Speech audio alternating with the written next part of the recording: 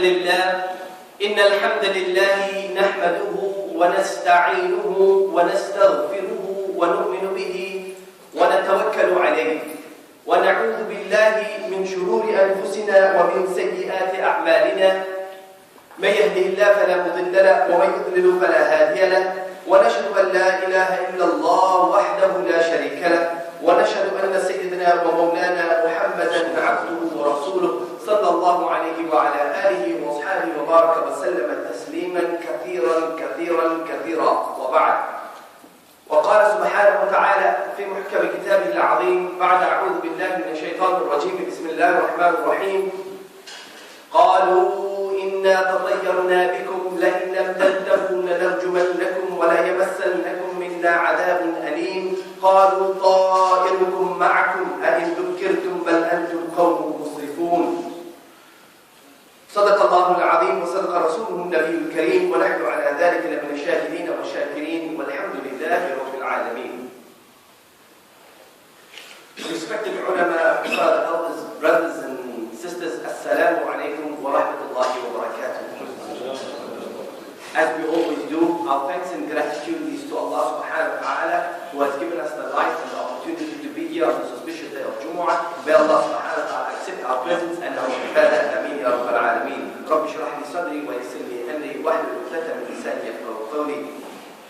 ربنا زدنا علما وارزقنا فهما رب يسر ولا تعسر وتمم بالخير. A few weeks back, we discussed the importance of acknowledging that the dunya exists on a level much deeper and with more implications than what meets the eye. In this regard, we spoke about Surah An-Nas, قُلْ أَعُوذُ بِرَبِّ النَّاسِ مَلِكِ النَّاسِ إِلَهِ النَّاسِ مِنْ شَرِّ الْوَسْوَاسِ الْخَنَّاسِ. The whispering of shaitan.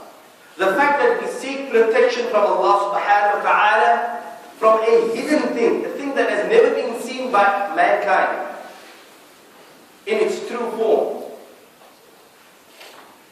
indicates that we ought to acknowledge and we should acknowledge and we do acknowledge the existence of things that don't only meet the eye, but things that operate beneath the surface as well. But there is another extreme to this understanding. And that is when people start believing that everything can only be related to the unseen. And there is no value given to what can be seen. So this is the other extreme of the other side of the same coin, or the other extreme of that spectrum. And today I'd like to touch on that. More appropriately so because we find ourselves in the month of Safar. And the month of Safar is largely associated by many people with various superstitious beliefs. And so we need to understand it and we need to speak about it. Allah subhanahu wa ta'ala mentions in the Holy Quran, as you would be familiar with, and as we have recited in the beginning, in Surah Yasin, where Allah subhanahu wa ta'ala, towards the end of the second page, Allah subhanahu wa ta'ala says, just towards the end of the 22nd juz, because just a few verses after this, the 23rd juz starts. Allah subhanahu wa ta'ala says, قَالُوا إِنَّا تَطَيَّرْنَا بِكُمْ لَئِن لَمْ تَنْتَهُوا لَنَرْجُمَنَّكُمْ وَلَيَمَسَّنَّكُمْ مِنَّا عَذَابٌ أَلِيمٌ. What is this related to? This is related to people, and if you read Surah Yasin, go through the translation of it, there is a large prelude to this entire incident. But nonetheless, the Anbiya that were sent to the people come to these people and they say to them, they give them particular warnings. They give them particular warnings of bad things that will happen to them if they disobey Allah subhanahu wa ta'ala. قَالُوا إِنَّا تَطَيَّرْنَا بِكُمْ. They say to the Anbiya, you are not giving us warnings. What you are actually doing is, you are cursing us. You are bringing us evil omens. You are coming with bad omens to us. لَإِن لَمْ تَنْتَهُوا لَنَرْجُمَنَّكُمْ. If you don't desist from these bad omens, لَنَرْجُمَنَّكُمْ. We will stone you. وَلَيَمَسَّنَّكُمْ مِنَّا عَذَابٌ أَلِيمٌ. And certainly we will inflict upon you. لا يمسنكم, it is to inflict. لا يمسنكم منا عذاب أليم. From our side, we're going to inflict a painful torment for you. This is what they used to tell the Anbiya. قالوا طائركم معكم. The Anbiya responded. These people responded saying, قالوا طائركم معكم. The Anbiya responded saying, these evil omens that you speak about are from yourselves. You've made them up in your head. They don't actually exist. أَإِن ذُكِّرْتُمْ بَلْ أَنْتُمْ قَوْمٌ مُسْرِفُونَ. You just say, when someone gives you a warning, you say, oh, you're cursing me. Or you're cursing me. Like sometimes, children do that to their parents. When their mom says, if you go this way, you're not going to be successful. Like, mommy, are you cursing me now? Your mom's not cursing you. She would never curse you. She's your well-wisher. She's your well-wisher. But don't take everything to mean that it has an underlying meaning. So what I'm trying to establish here is to draw the line between what exists beyond what meets the eye and what is the extreme of that understanding, that existence. So these people used to say this to the Anbiya. They used to say to the Anbiya when the Anbiya told them, don't disobey Allah. If you disobey Allah, you're going to get a painful punishment. They used to say to the Anbiya, listen, you know what, you are just explaining that you are in fact cursing us. So you don't want us to do this because you want to put this curse on us. So what was the Anbiya's response, as I mentioned to you? The Anbiya said to them that these curses are just made up in your head. They are fabricated curses. They are with you already. We are not bringing you any curses. These curses, قَالُوا طَائِرُكُمْ مَعَكُمْ, they are with you. أَإِن ذُكِّرْتُمْ بَلْ أَنْتُمْ قَوْمٌ مُسْرِفُونَ. It's just when you are reminded, then you want to say now you are being cursed. But in fact, you are just an exaggeration. You are just exaggerating on what the reality of the matter is. And it is important for us to look at this ayah, and that's why I went over it twice. Because so often we can relate this kind of attitude and characteristic with people that exist today and sometimes within ourselves as well. Allah subhanahu wa ta'ala, to give us some kind of comfort, Allah subhanahu wa ta'ala highlights in Surah Taghabun. Allah subhanahu wa ta'ala says, Bismillah ar-Rahman ar-Rahim, مَا أَصَابَ مِن مُصِيبَةٍ إِلَّا بِإِذْنِ اللَّهِ مَا أَصَابَ مِن مُصِيبَةٍ إِلَّا بِإِذْنِ اللَّهِ وَمَن يُؤْمِن بِاللَّهِ يَهْدِ قَلْبَهُ وَاللَّهُ بِكُلِّ شَيْءٍ عَلِيمٌ. Allah subhanahu wa ta'ala highlights in verse number 11 of Surah Taghabun that no kind of calamity can befall you, can occur in this dunya إِلَّا بِإِذْنِ اللَّهِ, except that it comes with the permission of Allah subhanahu wa ta'ala. وَمَنْ يُؤْمِن بِاللَّهِ, and whoever believes truly in Allah subhanahu wa ta'ala, يَهْدِي قَلْبَهُ, Allah subhanahu wa ta'ala will guide his heart to see that and to understand that. وَاللَّهُ بِكُلِّ شَيْءٍ عَلِيمٌ, and Allah subhanahu wa ta'ala is conscious and aware and knowing of everything. So this ought to give us some kind of comfort. There were many incidents that took place in the time of Rasul sallallahu alayhi wa sallam that the pagan Arabs had, where they would believe in superstitious beliefs regarding the month of Safar specifically. But I'm not confining this talk only to the month of Safar. I'm relating these facts and this situation and having this discussion based on all kinds of superstition and false beliefs that we may have. So the Muhaddithin have recorded many superstitions that were harbored by the Arabs during the days of Jahiliyyah. And a few of those things are mentioned here. I will mention to you 3 of those things. The pre-Islamic Arab believed that Safar used to be a snake. The month of Safar was representing a snake, which lived in the stomach of a human being, and when it's hungry, it bites the person. This is the discomfort one experiences when one is gripped with the pangs of hunger. So this is what they would say. Some said that Safar are worms which originate in the liver and in the ribs, due to which the color of the person becomes yellow, a condition we know today as jaundice. The third thing they used to say is, according to some, the month of Safar, flanked by the month of Muharram on the one side and Rabiul Awwal on the other side, is filled with calamities and misfortune. These were the beliefs of the pagan Arabs. But with the advent of Islam, and the teachings of Nabi Muhammad sallallahu alayhi wa sallam, all the evil, incorrect and erroneous beliefs that were common in the pre-Islamic era were discarded by the Sahaba. And we will see the hadith of the Prophet sallallahu, the ahadith of the Prophet sallallahu alayhi wa sallam that relate to this particular matter. Before I want to go, you might want to go further. You might wonder why discuss it, because there are some beliefs about safar that are harbored by Muslims today that we should discard. And people would say to perform a nikah performed in the month of safar would not be successful. This month is full of misfortune and calamities, you hear people say. To commence any important venture, taking a business, except during this month, will be bad luck. The 1st to the 13th of Safar is ill fortune and full of evil.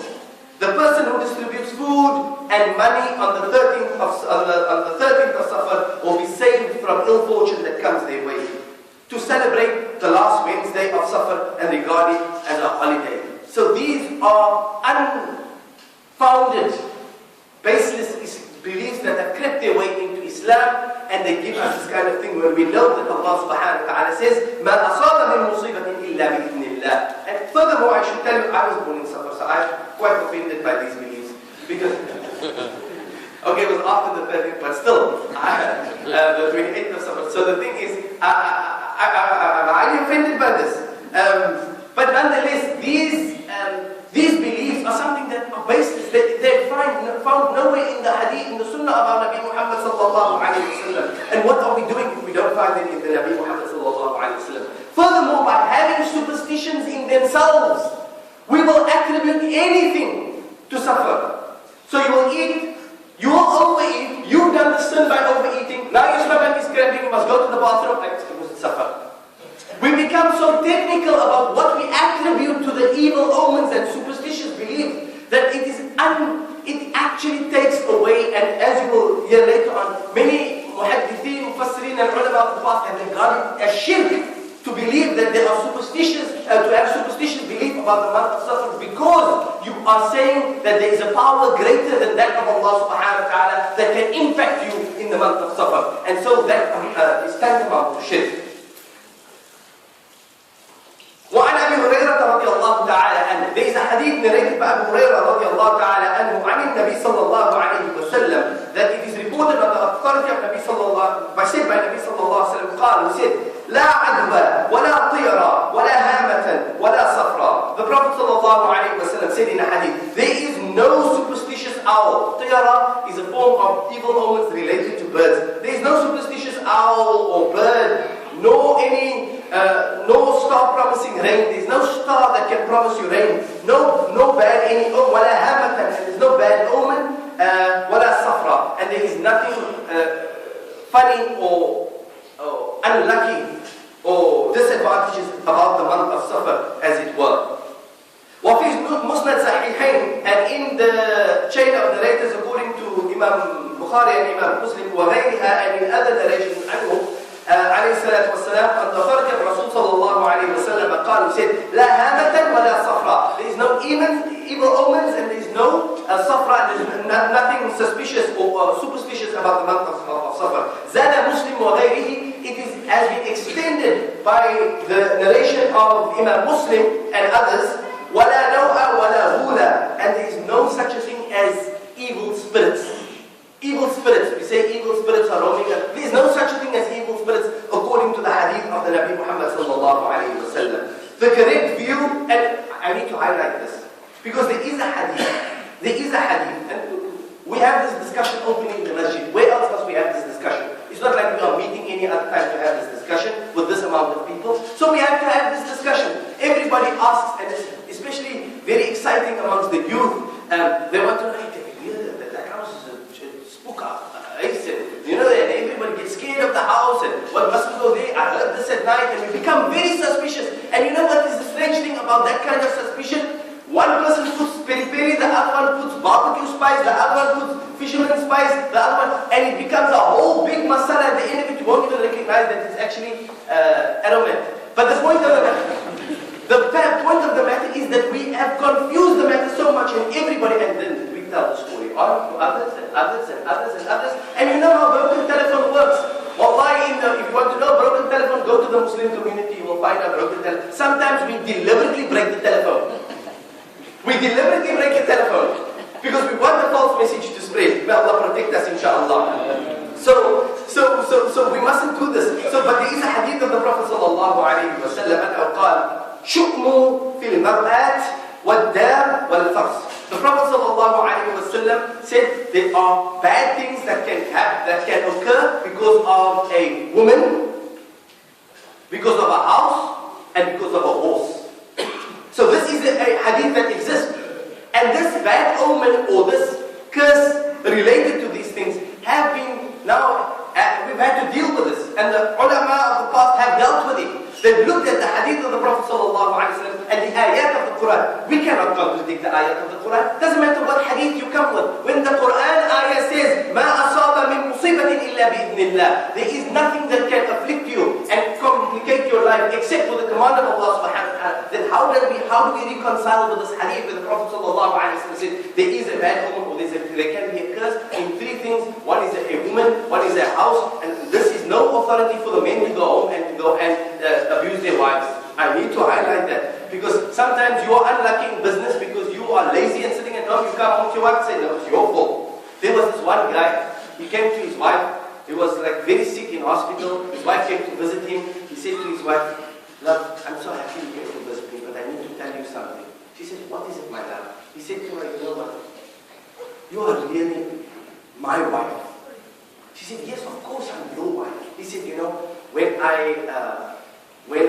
no one wanted to marry me, you were there to marry me.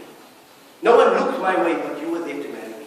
When I lost my first business, you still stood by me. You stuck through me through all this difficulty.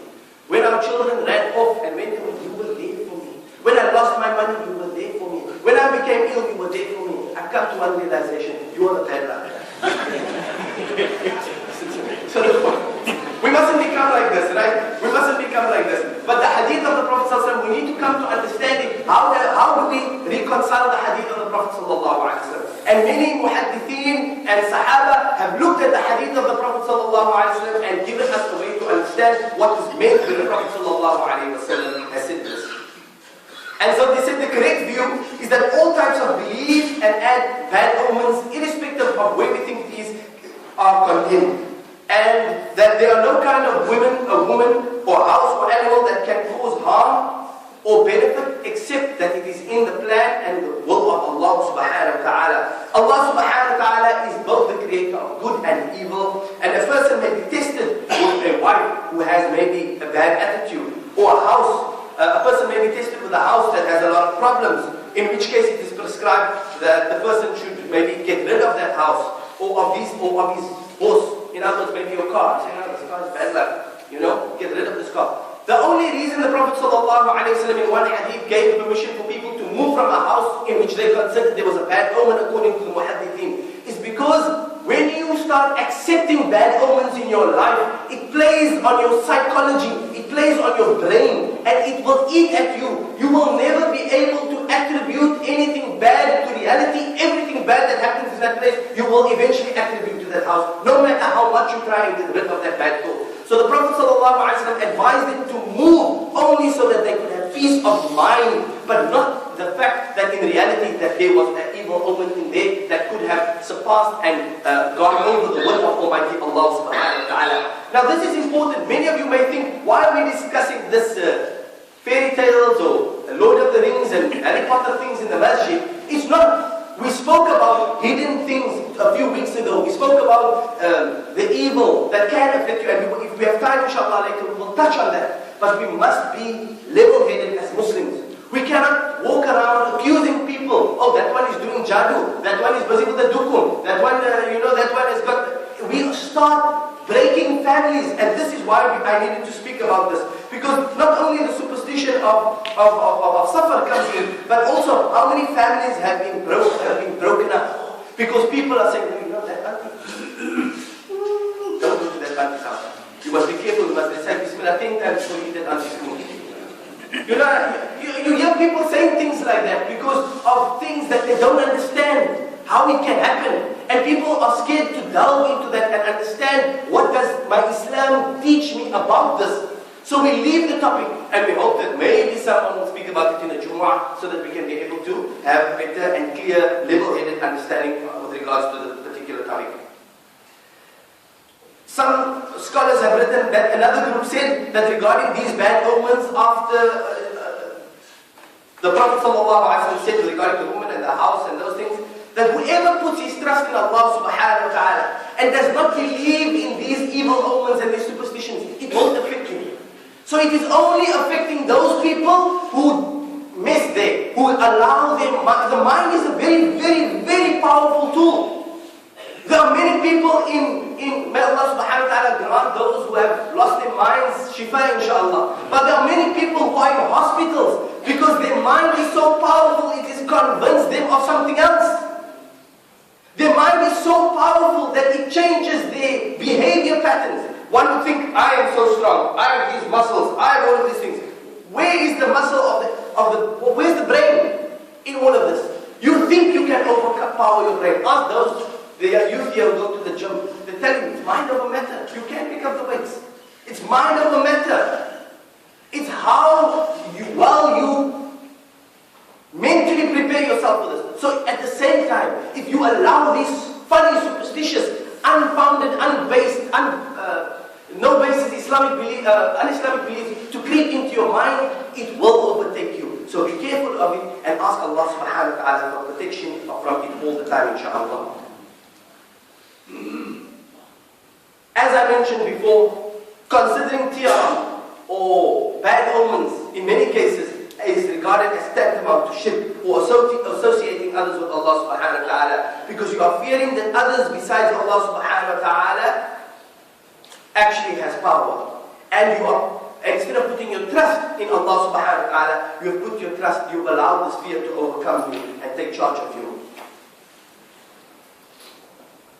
The Prophet ﷺ did say, when you want to recite the Quran, seek refuge in Allah subhanahu wa ta'ala from the shaitan. Say, أعوذ بالله من الشيطان الرجيم, and we highlighted this a few weeks ago. You do seek protection from things that are unseen, but things that the Prophet ﷺ taught you to seek protection against. There are du'as that the Prophet ﷺ taught us what to recite when certain things are happening. And so we must stick to those things, because those are the Prophet ﷺ would not have completed his mission on the dunya if he left things that we still need to figure out. The only thing we need to figure out is the wisdom that Allah subhanahu wa ta'ala has in the Quran and the wisdom in the words of Rasul sallallahu alayhi wa sallam and how to make it applicable today. But certainly their words are applicable today.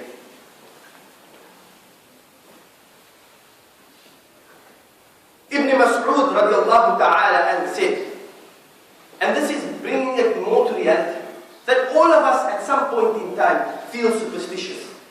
We all feel superstition about something at some point.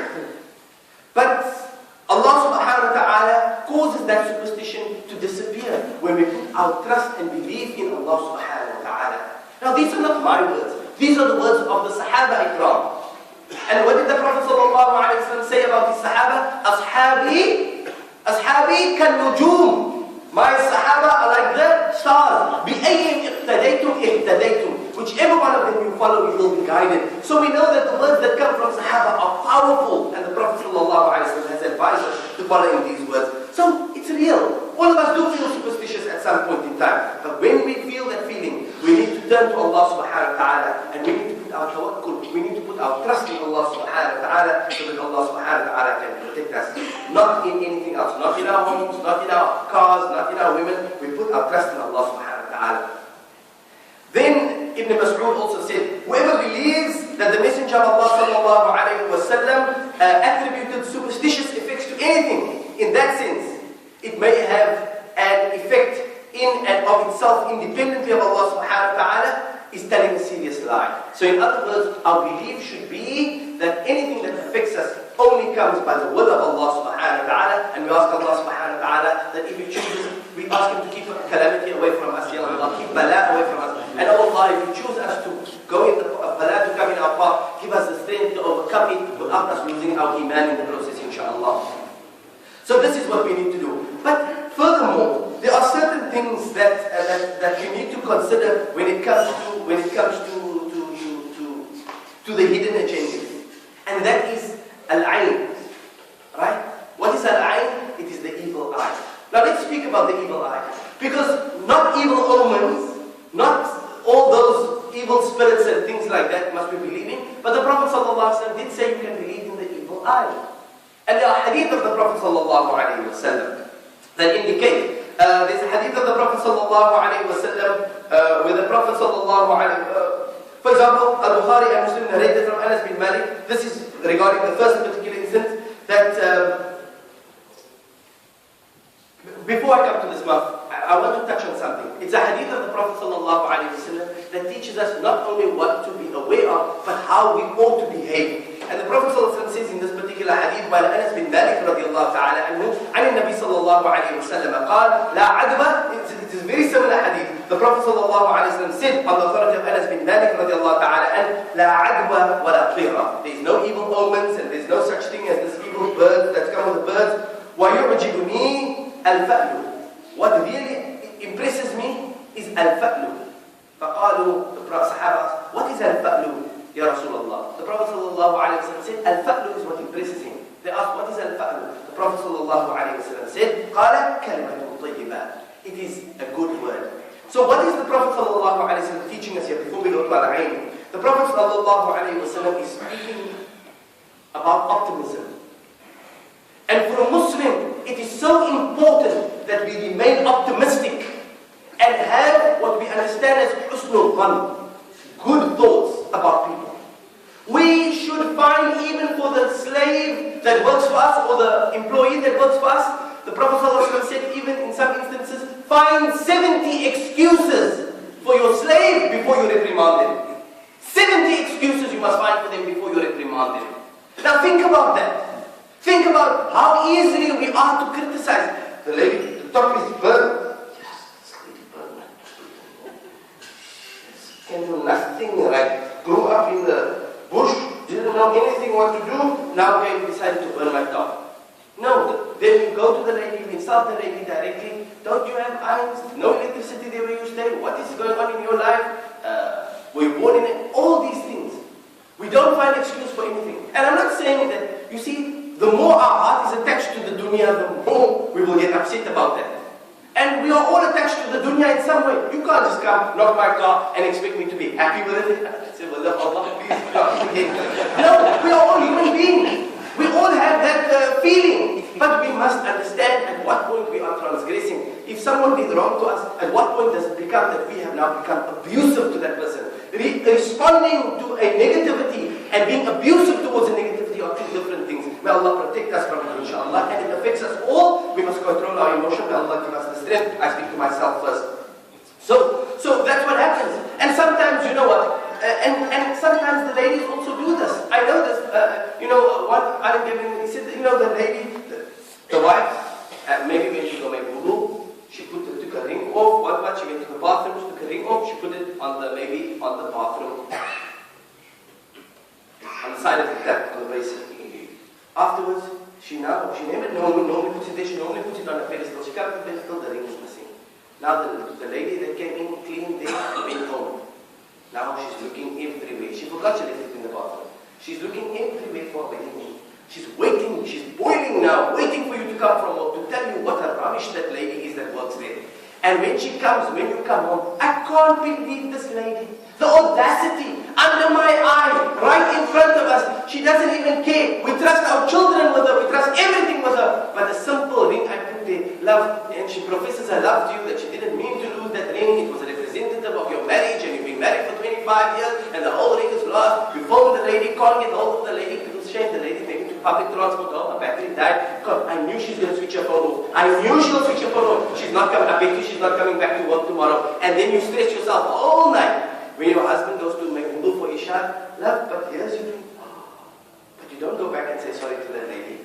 You don't think of all the curses you leveled at that lady. You just let your tongue run away, and you're looking for people. You phone your sister in Dubai also. Can you believe the lady what she does. And she gives you masala to put on that also, you phone the cousins, everybody gets involved. You know, eventually before you figure out the truth, the story has spread like wildfire. What must that lady that works in your home be viewed at? Tomorrow you're going to take her work to help clean at your sister's house because there's a birthday party there. What are the people going to be thinking about that lady? But you didn't care about that. You let your tongue run. You let your tongue run. Anyways, that's not our discussion yet. I can tell you the way I let my tongue run. The point of the matter is this, that so we must always have personal value. We must have good words, the Prophet said. Let us be optimistic about life. No one likes a pessimist. Yeah, you know, you can tell someone how good news. Yeah, but you could have done it like this. You can tell someone something so good, they will never have something nice to say. They are always pessimistic. Yeah, you know what? The Muslims must, you know what we must do? We must collect some money for the people in Palestine. Yeah, but what is our money going to do? It's going to do nothing for the people. Make dua. Yeah, but our dua is, you know, our dua is not even mustajab. You know what we do? You don't, pessimistic about everything. The Prophet ﷺ says he loves optimism. Always see the bright side of something. And that's how Muslims are supposed to be. And wallahi, if you live like that, always seeing the bright side, you will have a smile on your face more often than you will look like someone squeezed the lemon over you. So you will have a lot more pleasantness and people love you. May Allah grant us that smile. May Allah grant us optimism, inshallah, in everything we do. Even when we are given lemons, let us make that lemonade. That should be the motto of Muslims. That is how we will do da'wah. People will see our smiles, people will see our optimism, they will be invited to Islam. No. You want to go to people's houses, knock on their door, and you want to bash them and tell them they're going to Jahannam because they don't make salah. No. First fix our character, and inshallah from there, Allah subhanahu wa ta'ala will fix everything else. In fact, it is so bad to accuse someone. This is just the example of accusing someone if you did something. But I'm sure it applies to someone as well who accuses someone knowingly or falsely, but doesn't take any caution against that accusation. Allah subhanahu wa ta'ala says in the Quran, وَمَنْ يَكْسِبْ خَطِيئَةً أَوْ إِثْمًا ثُمَّ يَرْمِي بِهِ. Whoever commits a sin or something false, who does something wrong, and then he says, no, that one did it. He knows that that's one he didn't do it, but he puts the blame on that person. فَقَدْ احْتَمَلَ بُهْتَانًا وَإِثْمًا مُبِينًا. Verily, he carries on himself a great falsehood and a big sin, says Allah subhanahu wa ta'ala, for that person. Now let's move to the al-ayn. Let's move to the evil eye. Time is caught up with us. I'm just going to end with this. From the evil eye, Allah subhanahu من شر حاسد إذا حسد. Allah subhanahu wa ta'ala says in the Quran. من شر حاسد إذا حسد. From the envier at the time that he envies. We ask Allah subhanahu wa ta'ala for protection from the envier at the time when he envies. And it is more often that the curses of the women and the home and the mode of transport for the horse is related to the evil eye than anything else if we really look at it.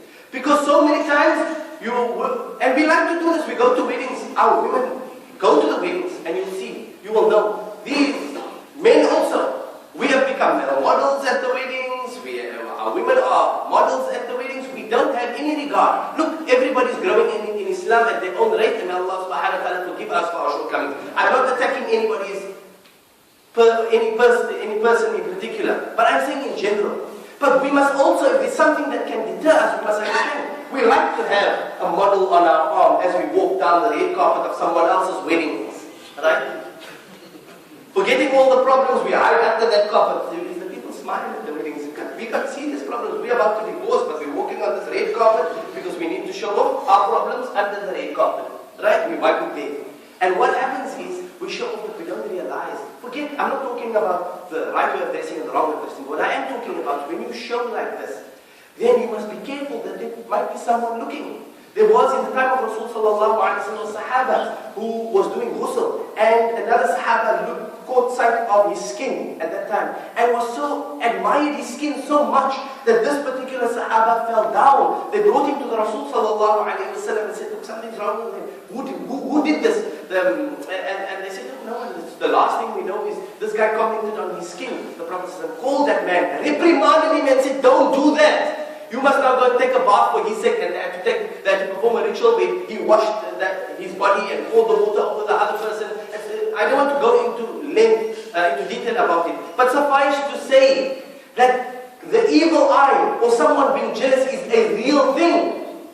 And so we want to flaunt everything we have, but we don't even seek protection in that what we have. When you put on something, there's a dua, and the dua is there for a reason. When you look into the mirror, Allahumma anta hasadta khalqi fahassin khuluqi, for a reason. You admire yourself. You can even have an evil eye upon yourself. You admire something so much that if something will happen. So the Prophet ﷺ asked us, and Quran, min sharri hasidin idha hasad, from the envier when his evil eye experiences that envy. So when it comes to your women, your house and your car, especially as the Prophet ﷺ said, then sometimes we don't know where the bala comes from. But we are displaying our house on show, and it's not to say don't have a beautiful house, but when the people come in, I work hard for all of this stuff, it's beautiful. But we don't forget to say, MashaAllah, Alhamdulillah, A'udhu Billah, oh Allah, protect these beautiful things you have given. Give thanks to Allah subhanahu wa ta'ala throughout the day. Lastly, I want to tell you, because I'm rushing through all of these things, so the evil eye is a real thing, and we can maybe discuss it in more detail at another occasion. But the Prophet sallallahu alayhi wa sallam, when he used to see Sayyidina Imam Hassan and Imam Hussein radiallahu ta'ala, and he says, أعيذكما, may Allah subhanahu wa ta'ala protect the two of you, من كلمة الله التامة, من كل شيطان وهامة, ومن كل عين لامة. The Prophet sallallahu alayhi wa sallam used to seek protection from Sayyidina Imam Hassan and Imam Hussein from that evil eye. Now, if it didn't exist, the Prophet wouldn't have sought protection, but it really existed. So when you have something that's nice, be humble about it, be modest about it, and understand that it may be in the heart of someone else. It's like an arrow shooting from that person's heart towards you. And it is so dangerous. So when you wake up, when you finish your food, when you eat your things, when you dress, you put on your nice clothes, may Allah give you lots of khair and barakah, with the right attitude, inshallah, all of us, inshallah. But let us seek protection in Allah subhanahu wa ta'ala from the evil eye, and let us recite our calls a lot. قُلْ هُوَ أَحَدٌ قُلْ أَعُوذُ بِرَبِّ الْفَلَقِ قُلْ أَعُوذُ بِرَبِّ النَّاسِ, so that Allah subhanahu wa ta'ala can protect us, inshallah. Jazakumullah so much for your time. May Allah subhanahu wa ta'ala grant us all the tawfiq and hidayah to make amal upon this, inshallah. We've also been asked to make dua for after Hidayah and friend who's very sick. May Allah subhanahu wa ta'ala grant them all sick brothers and sisters complete shifa. Ameen. لا بأس له إن شاء الله. اللهم رب الناس مذهب البأس اشفي أنت الشافي لا شفاء إلا شفاء شفاء لا يغادر سقما وما علينا إلا البلاغ المبين. والسلام عليكم ورحمة الله وبركاته.